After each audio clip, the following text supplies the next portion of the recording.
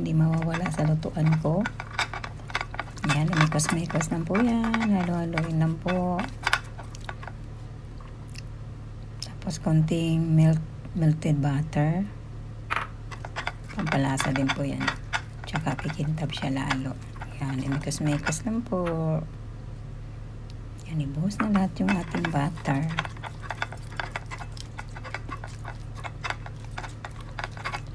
Sa tray, maglagay po tayo ng aluminum foil. Tapos lagyan ng konting mantika para hindi siya didikit. Pag walang aluminum foil, pwede din po. Kaso nga nang didikit siya, diba?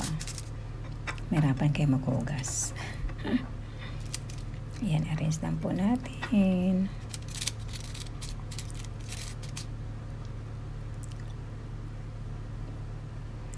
Ayan, naka-first na.